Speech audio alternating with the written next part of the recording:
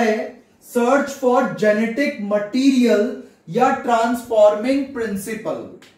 तो देखिए हमें एक्चुअल में इसमें करना क्या है, आपको पहले वो समझाता हूं। तो हमारे पास सेल के अंदर 3 कंपोनेंट्स होते हैं और वो 3 कंपोनेंट्स कौन से हैं? एक है डीएनए, एक है आरएनए और एक है प्रोटीन।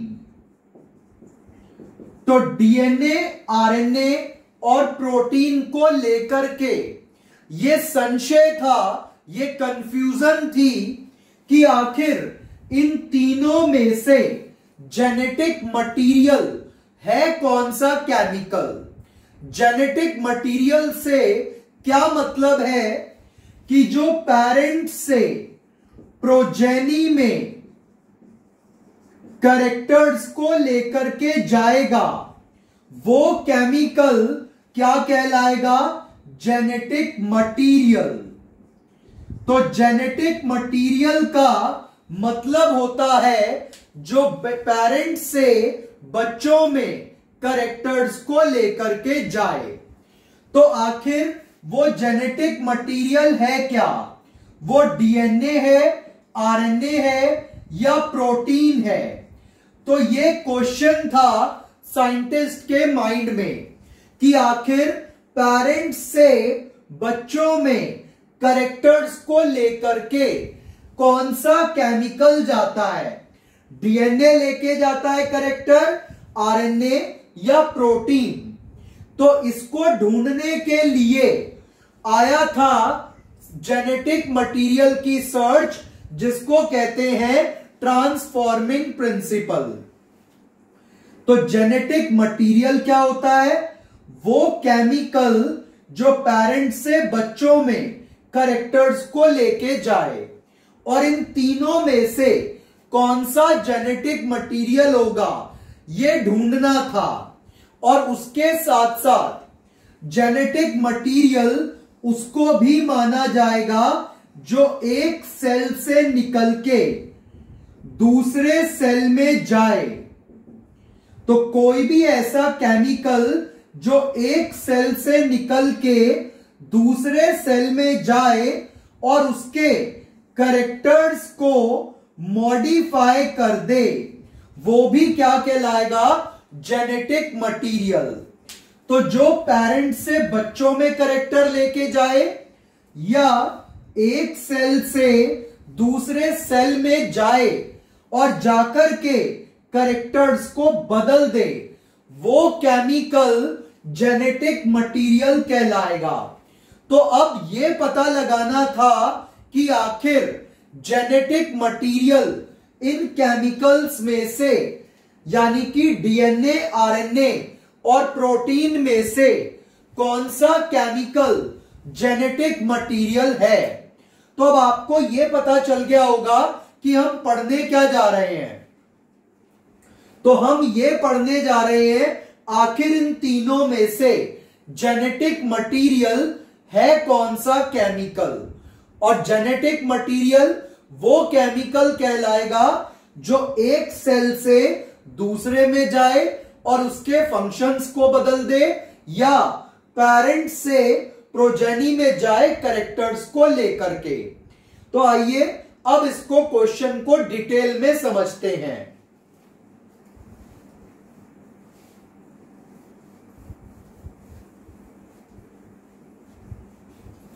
तो इसको किया था साइंटिस्ट फ्रेडरिक ग्रिफिथ ने।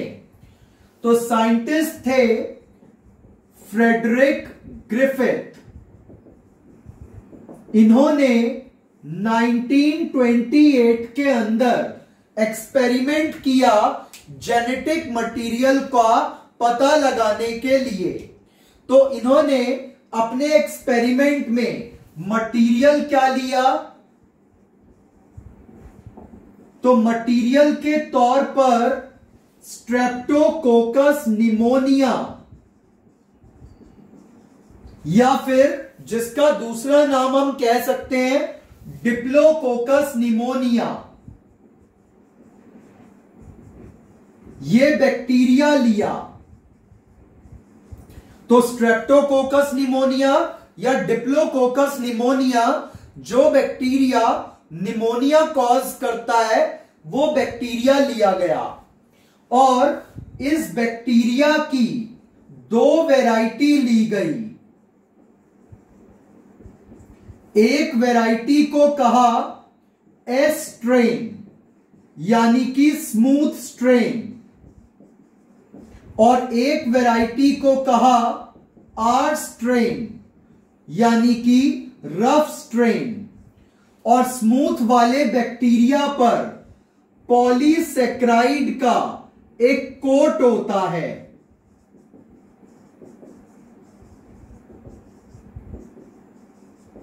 तो इसके ऊपर म्यूसिलेज या पॉलीसेक्राइड का कोट होता है और इसको हम कहते हैं स्मूथ। और ऐसा कोई कोट आर टाइप के ऊपर नहीं होता। तो इस एक्सपेरिमेंट को करने के लिए स्ट्रेप्टोकोकस निमोनिया बैक्टीरिया लिया और उस बैक्टीरिया की 2 वैरायटी ली, आर टाइप और एस टाइप। एस टाइप होती है स्मूथ और उसके ऊपर पॉलीसेक्राइड या म्यूकस का कोट होता है, और रफ टाइप के ऊपर ऐसा कोई कोट नहीं पाया जाता। अब देखिए एक्सपेरिमेंट कैसे किया। तो साइंटिस्ट ने सबसे पहले आर टाइप का बैक्टीरिया लिया और उसको इंजेक्ट किया माइस की लंग्स में। तो आर टाइप का बैक्टीरिया लिया, उसको माइस की लंग्स में इंजेक्ट किया और क्या देखा कि जो माइस है उसकी डेथ हो गई, माइस जिंदा रहा। तो आर टाइप का बैक्टीरिया लिया, माइस की लंग्स में इंजेक्ट किया और क्या देखा, कई दिनों के बाद भी माइस जिंदा रहा। फिर जब माइस का ब्लड टेस्ट किया तो माइस के ब्लड में आर टाइप का बैक्टीरिया मिल गया। तो सबसे पहले क्या किया गया, आर टाइप का बैक्टीरिया लिया, उसको माइस की लंग्स में लगाया और क्या देखा कि माइस जिंदा है। तो इसका मतलब आर टाइप का बैक्टीरिया माइस को नहीं मारता और वो किलर नहीं है। तो हम आर टाइप को क्या कह सकते हैं, नॉन वायरुलेंट या नॉन किलर, क्योंकि इससे तो जब ये वाला बैक्टीरिया माइस को लगाया गया तो माइस नहीं मरा, तो इसका मतलब ये बैक्टीरिया घातक नहीं है, ये चूहे को नहीं मार सकता।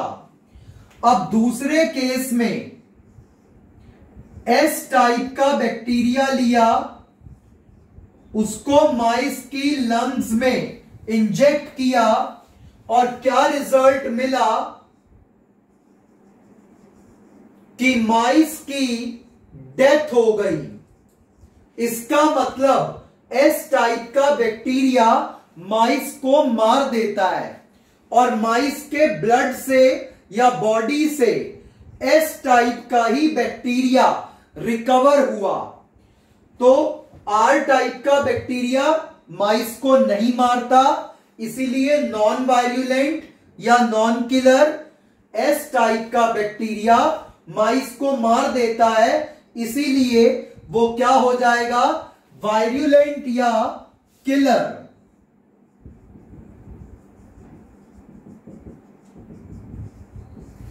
तो हमने अब तक 2 कंपोनेंट करे, आर टाइप का बैक्टीरिया माइस की लंग्स में इंजेक्ट किया, माइस बचा रहा। तो इसका मतलब आर टाइप का बैक्टीरिया माइस को नहीं मारता। फिर एस टाइप का बैक्टीरिया लिया, माइस को लगा दिया और क्या देखा, माइस मर गया। इसका मतलब जो एस टाइप का बैक्टीरिया है वो किलर है। अब थर्ड केस में हमने लिया हीट किल एस टाइप, इसका मतलब क्या है, एस टाइप का बैक्टीरिया लेकर के उसको हीट किया गया। तो जब एस टाइप के बैक्टीरिया को हीट करेंगे तो वो मर जाएगा और उसको क्या बोलेंगे, हीट किल एस टाइप। और जब हीट किल एस टाइप माइस की लंग्स में इंजेक्ट किया तो क्या देखा कि माइस जिंदा रहा। तो हीट किल एस से भी माइस को कुछ नहीं हुआ और माइस के ब्लड में भी क्या मिला, हीट किल एस टाइप का बैक्टीरिया। तो इसका मतलब हीट किल एस टाइप भी नॉन वायरुलेंट है, नॉन किलर है। और अब अगली बार लास्ट केस में क्या किया गया, जो हीट किल एस टाइप है और आर टाइप है, ये दोनों माइस को एक साथ लगा दिए। तो पहले अकेला आर लगाया था, माइस बच गया। फिर अकेला एस लगाया, माइस मर गया। फिर हीट किल एस लगाया तो माइस बच गया। अब क्या देखा फ्रेडरिक ग्रिफिथ ने, ना तो चूहा आर से मरता है ना हीट किल एस से, तो इस बार दोनों लगा देता हूं। तो उसने आर टाइप और हीट किल एस टाइप दोनों बैक्टीरिया एक साथ माइस को इंजेक्ट कर दिए और क्या देखा कि माइस की डेथ हो गई। तो अब अगर माइस मर गया तो ना तो आर से मरता था, ना एस से, ना हीट किल एस से मरता था, लेकिन जब दोनों एक साथ लगाए तो माइस मर गया। तो साइंटिस्ट परेशान और उसने क्या किया, फिर ब्लड टेस्ट किया तो उसके ब्लड में लाइव एस टाइप का बैक्टीरिया मिल गया। तो यहां पर ग्रिफिथ चकरा गया। उसने क्या देखा कि आर टाइप का बैक्टीरिया लगाया था और हीट किल एस, और उसके ब्लड में चूहे के मिल रहा है एस टाइप। तो इसका मतलब ये आर टाइप एस टाइप में बदल गया, क्योंकि हीट किल एस तो मरा हुआ था और मरा हुआ तो बदल नहीं सकता। तो इसका मतलब आर टाइप का बैक्टीरिया एस टाइप के बैक्टीरिया में बदल गया with the help of heat kill S type, और इसको कहते हैं ट्रांसफॉर्मिंग प्रिंसिपल।